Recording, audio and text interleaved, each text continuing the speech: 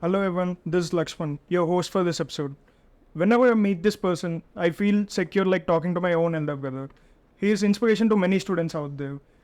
He is none other than the mighty Charan Lakkaraju, sir, founder of Student Tribe. He is here today with a lot of energy and enthusiasm for our Swayam's podcast, Art of Hustle. Thank you, Lakshman. I didn't pay to say good words, and this was the best intro. Yeah.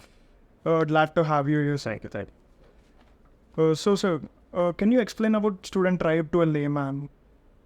So it's like, to put it in a very simple words, we are forming a community of students from all the tier 2 and tier 3 colleges. Okay. So anything whenever we form any community, what is the need for it? First, there should be some homogeneity and the need for it. Because a lot of good talents beyond IITs and IIMs in India, they don't find a platform. And for that need, we thought that why can't we create a community which empowers them to get whatever they deserve. So that's how we started forming. So I call it for easier understanding for professionals. I keep saying them, this is almost like a LinkedIn for colleges.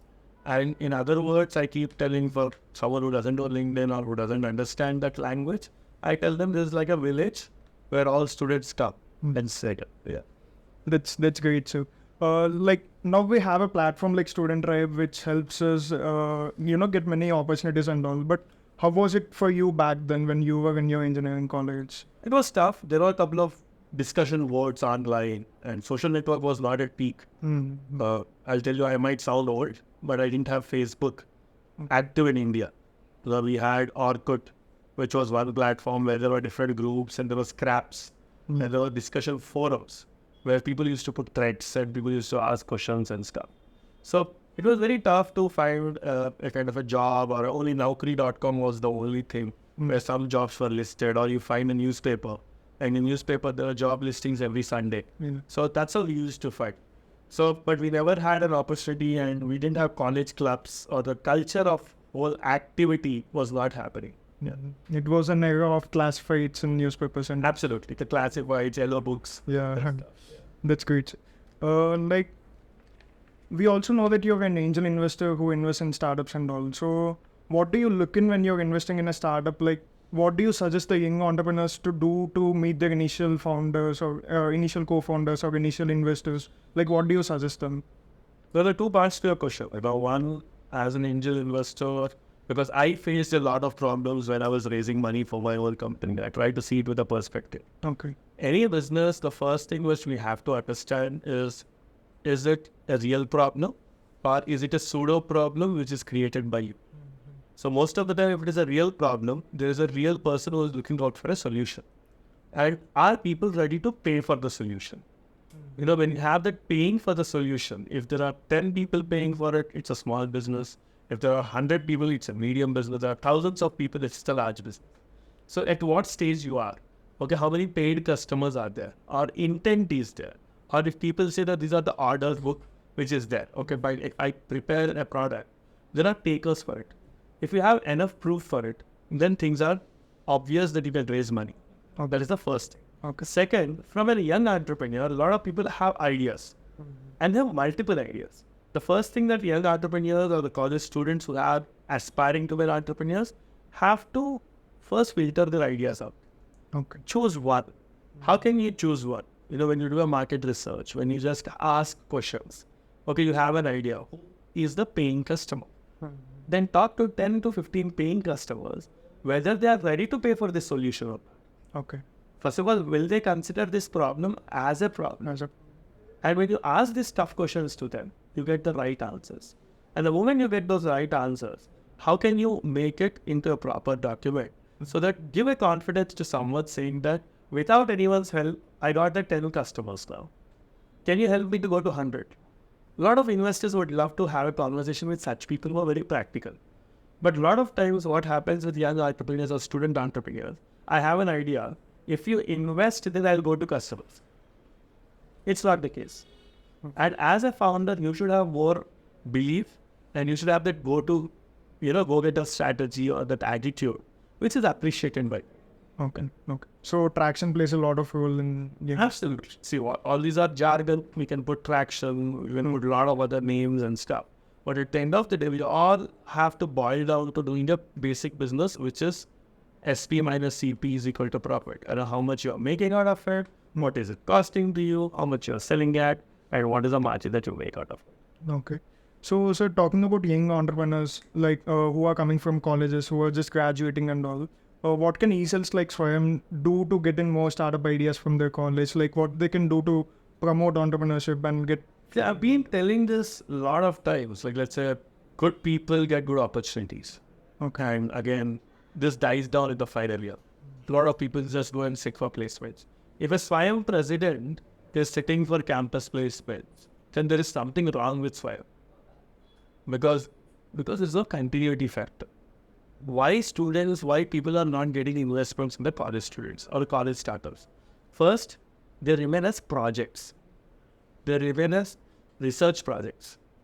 They remain as models or demo pieces. They don't convert into real life money minting businesses. First thing, stop thinking about what is age is just a number. People have to work in the second year or third year on conceptualizing before the final year enters.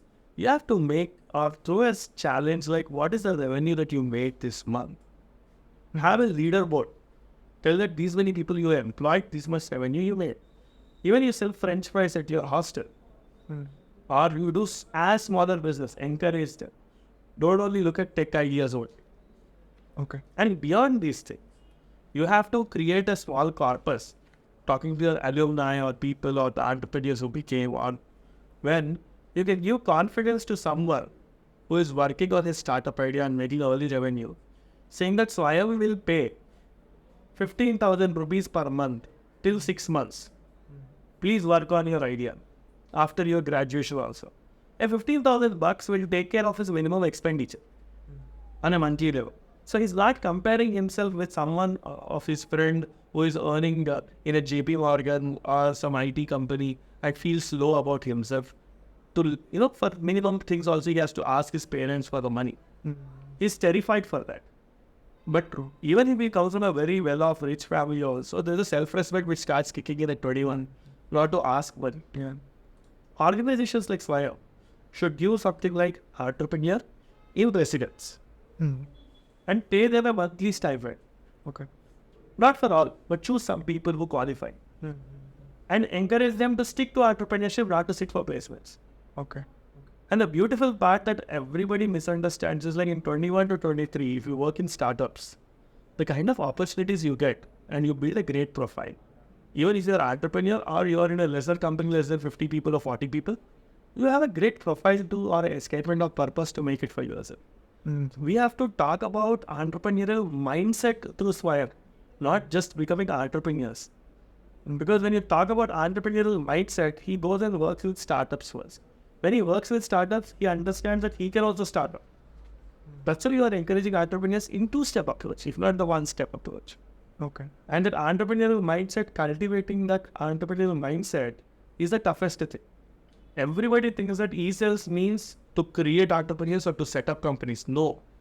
E-cells are there to cultivate entrepreneurial mindset, the ownership mindset in every student's mind. If you cultivate that, even if he goes to any company, he works like an entrepreneur. That's where tomorrow he gets promoted or he starts his own company, he finds the right set of people. A lot of things will happen. Okay. So in this whole answer, I've heard one key word which says entrepreneurial mindset. So talking about this, I would like to ask you a question where how can we make the students go from watching Big Boss to, Shark Tank? Like, how can we change that mindset in students? See, it's all about making it interesting. The why Shark Tank became popular also. See, when I was growing up, I used to watch Kaun Banega Crorepati. The first I understood the word called crore, the thing 1 crore rupee. And there was a KBC Junior. As a kid, I used to answer questions and my mom used to feel happy and she used to say, "Are no bhai mucho alada. No bhai akada bhai 1 crore, we have to win it." The thought process is when someone watches, apart from the soaps and apart from the entertainment at that point of time, it takes time to change the culture because it's not what they think which is fun. Yeah. So at the same time, now at the dining table conversation, people are talking about that idea is good. This idea doesn't deserve investment. When you watch cricket also, you start evaluating. The same time when you watch startups also, you start evaluating. When you're evaluating, when you're doing it for yourself, you do it in a better way. Okay. So coming to here, I would like to connect this to some other thing, like and to be open, like my dad always says they only show the success stories of entrepreneurs and they only show the good parts of it. But there are a lot of people who failed in it and a lot of people who came down because of going into that journey. So what's your take on it? Like, which sector does it have? Every sector has successes and failures. It depends on the two sides of the coin. When you have doctors, do you think everyone who studied MBBS became the best doctor? No. If you go to IT, do you think everyone becomes the best engineer? No. The same thing. Success and failure are the two sides of a coin. That is there. There is no need to worry much about it or big much about it. Yes. But to learn from, you learn more from a failure than a successful story. If you spend time with someone who is a failure, we celebrate successful people more. Okay. But actually we should celebrate failure people more. Because you learn more what not to do. What mistakes they did. When you invite as a Swayam West also, you invite successful entrepreneurs in the society who has good name. We invite them.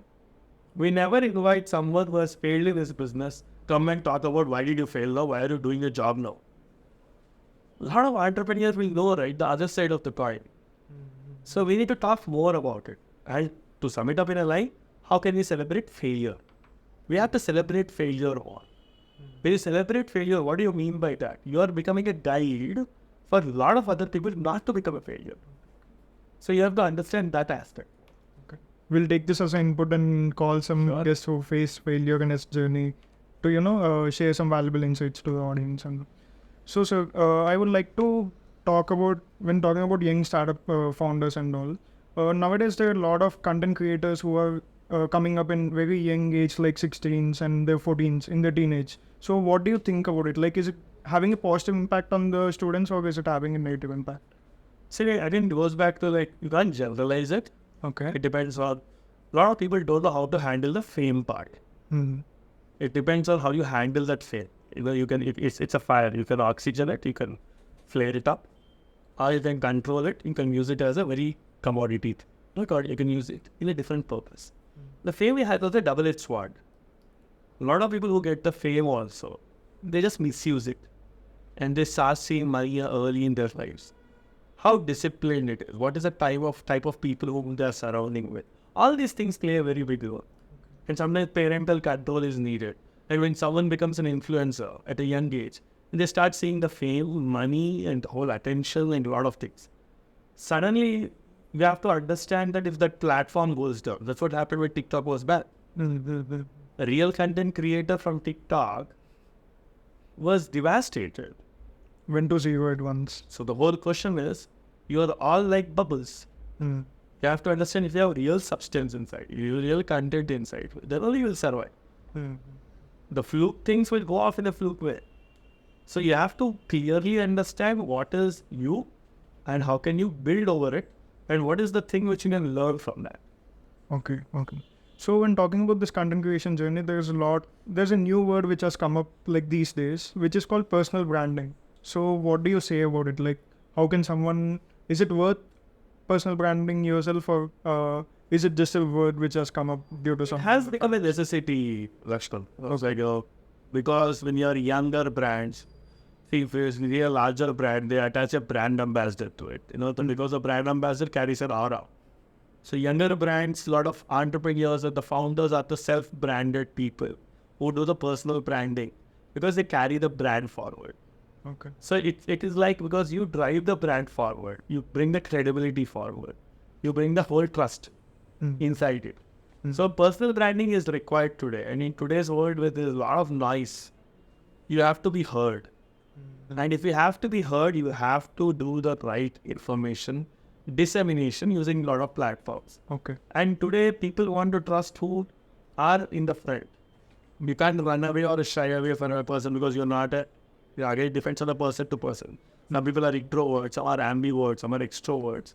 So based on your character, you have to create a narrative so that your brand, you keep talking about that continuously so that audience start believing in you. Okay.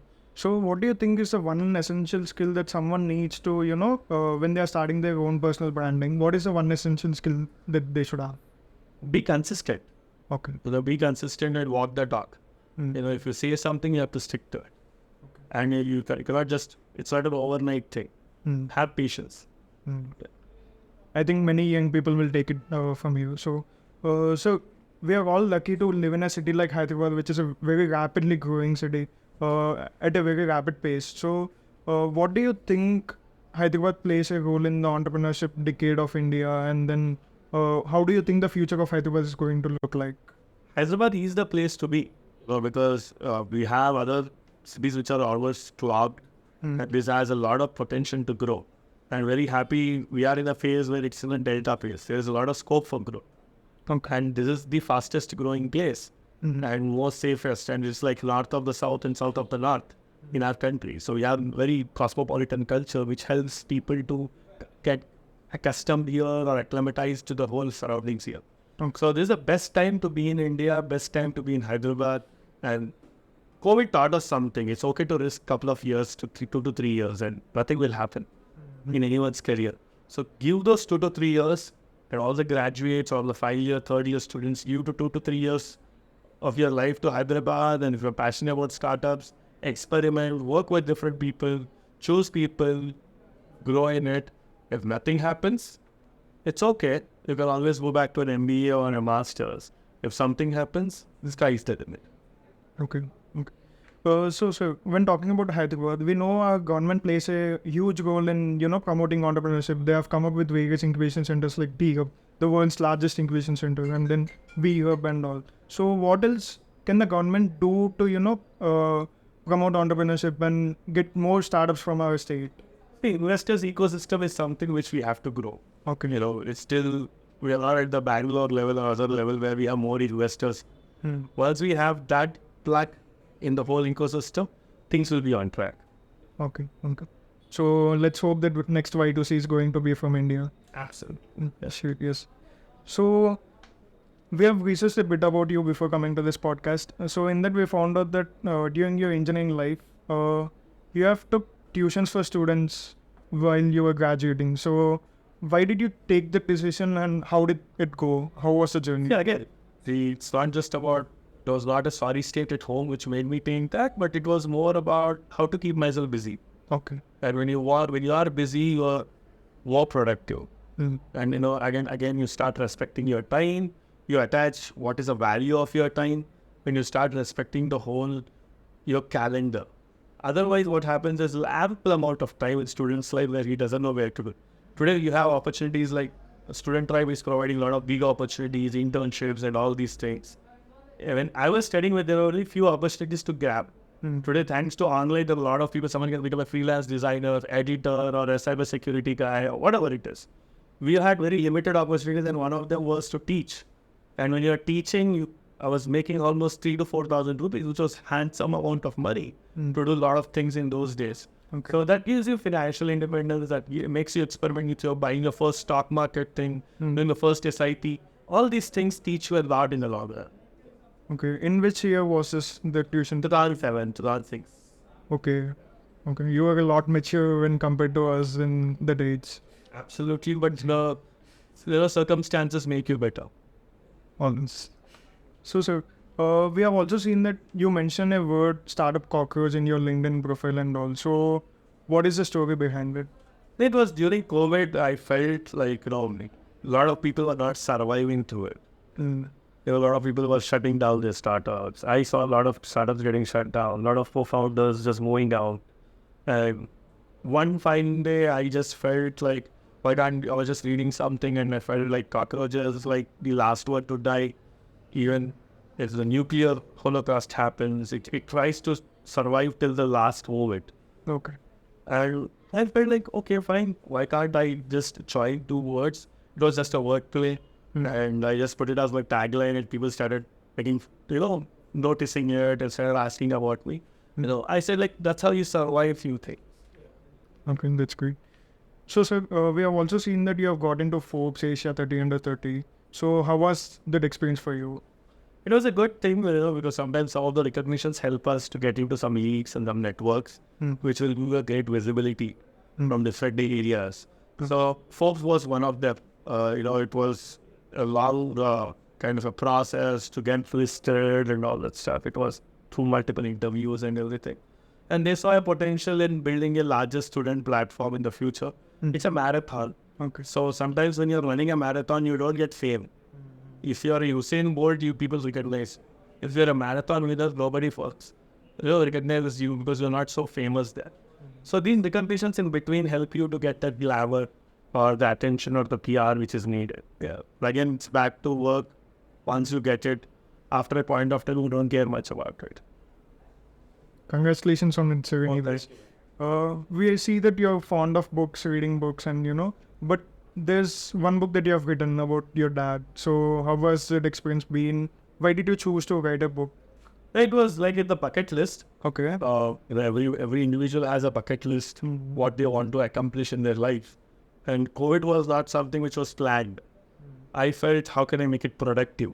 I was just sitting at home and binge watching Netflix and all other stuff. After a point of time, I was feeling like I'm not productive. I'm not stepping out, not doing anything. So I thought every day was like a other day. So I thought, why should not I take up something which I've just advanced it? Maybe I thought of doing it after 40. Okay. I thought, why can't I do it at 32? So that's where the book started, and I thought which topic to write. I had 2-3 ideas. Okay. And the best one was this man who was sitting beside me who was retired. And he was there with me. Then I felt like, let me become nostalgic and start having conversations with him and then journal it and make it a book out of it. Okay, that's great. So it was a wonderful book. So Thank you. what is the one thing that you want to convey through the whole book? Like, if you want to say it in 1 or 2 sentences. See, it's like a dad is born when the son is born. Okay. Nobody is a dad. It's like a line, it's like a tongue twister. When you're born, your father became a father. So the father is as old as you are. Yeah. The role of a father is as old as your age. So he has the same amount of, how do you do mistakes? He does a lot of mistakes as a father. So you become mature with your age, he becomes mature with his age. So I wanted to correlate that and tell that, okay, we hate our father when we are young. Again, we like few things, and again, we feel that he would have done something better. Again, we have our own opinions about it. And once we are 90s and 20s and after we start working, we start respecting him more than what kind of struggle he went through. So that's the whole journey which I wanted to cover. Okay, that's great. So it's a lot learning for new people, like young people who are seeing their father still as like, he can do something else, he can do something great. And so yeah. So talking about this phase of, 2023, where there's a lot of recession happening in other countries and it's affecting India as well. Right. So we see that Student Tribe is providing job opportunities for students, internships opportunities for students. But on the other side, you're also an angel investor who promotes startup culture and all. So what do you suggest the students to take up, like jobs or startups? See, again, I tell you, it's a personal choice. You can't generalize the whole opinion there. If you have a startup which is making early revenues, go for it. Okay. But at the same time, are you enough skilled to get a job?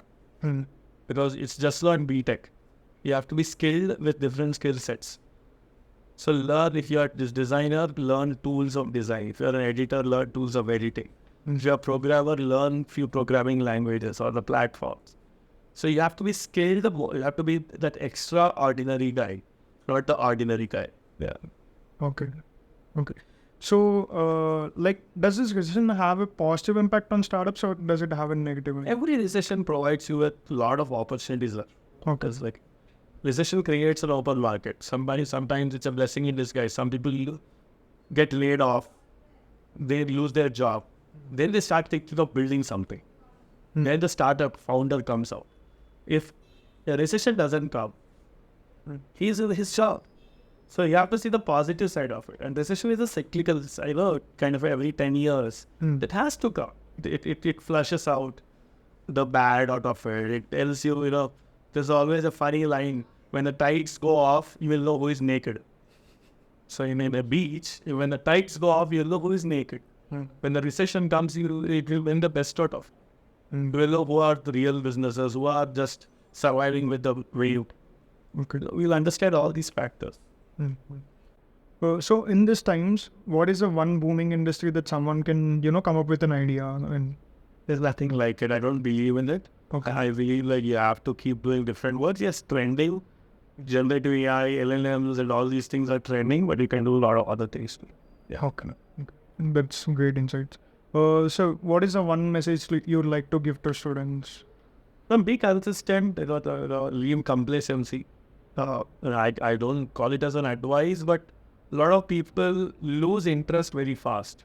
This generation needs instant gratification. You want things to happen immediately. Have patience. Whereas you have to get something, you'll not get it immediately. You'll have to wait and have that waiting patience. Okay, so patience is the key, they say. Yeah.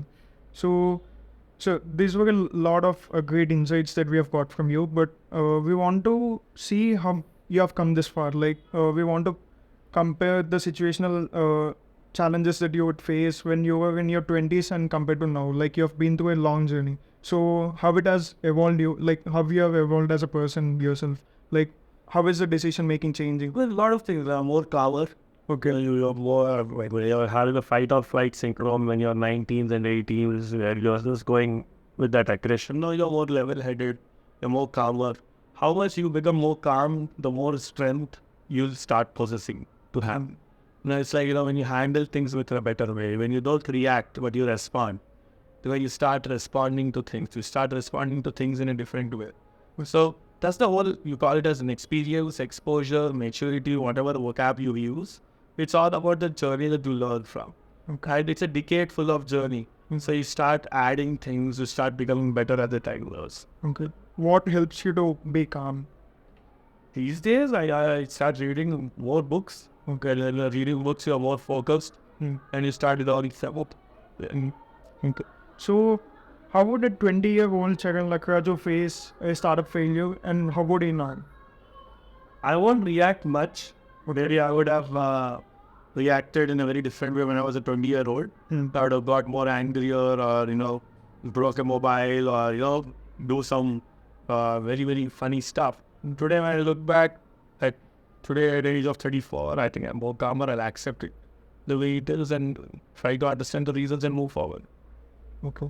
So, like, if you have to pitch a startup idea, how would you do it in your 20s? Like, did you ever pitch a startup idea when you were in your 20s? Well, I didn't even know what was a startup when I was 20. I didn't even know what, I only knew one thing called business or job. Okay. So I didn't even know about startup or pitching and all these things when I was 20. So I was not as lucky as you guys are. But at 20, I was like more like a happy-go-lucky guy. I was just thinking of NGOs or changing the society. That's great. Like, did you ever attend a networking event when you were in your college? Or Not really. We didn't have that option. okay. But when I was doing the job, I used to attend. Okay. But like, how would you make use of the network you have? Like, how do you take it as an advantage? See, always form a network, not to use it. Just Okay. form a network for the heck of forming a network. Okay. Don't expect anything from anyone, but just keep growing, keep adding people. Understand, someone who is not helpful, meet him. Someone who is helpful, meet him. Everybody will keep meeting, you start understanding how to be, how not to be. But when the time comes or when the need comes, you have these many people to hit it so that someone else will connect you to someone else. So it's like when you have something, you don't form a network for that purpose. Okay. Okay, I need sponsorship for Swayam. If I go out and start asking for sponsorships, I may not get it. Okay. But I just build a network. Tomorrow, if I do something and you keep maintaining that network, meeting them, one fine day you ask for a sponsorship, the old network will give you. But you only go for the sponsorship, then that is not networking. So networking should be done without a purpose. Absolutely. That's easier, right? At least you grow your network, you leverage it later. Okay. So, how were your academics back then? Like when you were in... I was a good student, Lakshman. I was like a happy, distinction student. My handwriting was nice. I was getting good marks. I was a happy guy, like studying electrical. Okay. That's great. So, we want to somehow get the fire out of you by this round called rapid fire. So here we'll be asking you a few questions and we are expecting like one sentence answer or one word answer from you. Sure, So- bring it on. Yeah. Yeah. Can you define your leadership style in 3 words? Macro, why I still don't do micromanagement. Yeah. Okay. So, what's the one most valuable lesson you learned out of entrepreneurship, like throughout your journey? Don't trust someone. Okay. What's the most underrated skill for an entrepreneur? Underrated skill negotiation. Negotiation. Okay. Which book do you suggest for young startup founders? For many, you read any autobiographies of entrepreneurs. Good journeys to love. Many jobs. Okay. Shoe Dog by Phil Knight, Nike founder. You can read anyone. Okay. What's the best movie you have watched in it? Multiple. Pursuit of Happiness is one favorite of the night. Okay. That's great. Who's the one person you want to meet in your lifetime? So one year. Multiple. And they like nothing specific as one person. Okay. Whatever time comes, I'd love to meet or to understand what goes behind Elon Musk's brain. Yeah. Okay. Someone you're grateful for? Father. Okay. What's the one big goal you have in your life? To at least directly or indirectly employ or get support 1 crore students in my lifetime. 1 crore to. Yeah. That's no. Yes, we are done with the rapid. Thank you, and it's a great time talking to you guys, and all the best, Swayam, for the great work which you keep doing. Yeah. It's a pleasure to have you here on our podcast. This will bring a lot of more reach to our podcast channel, and then we got many insights from you, and we'll make sure this will reach many students out there, and they'll learn many things from it. All the best, T. Thank you. Thank you. You. Bye.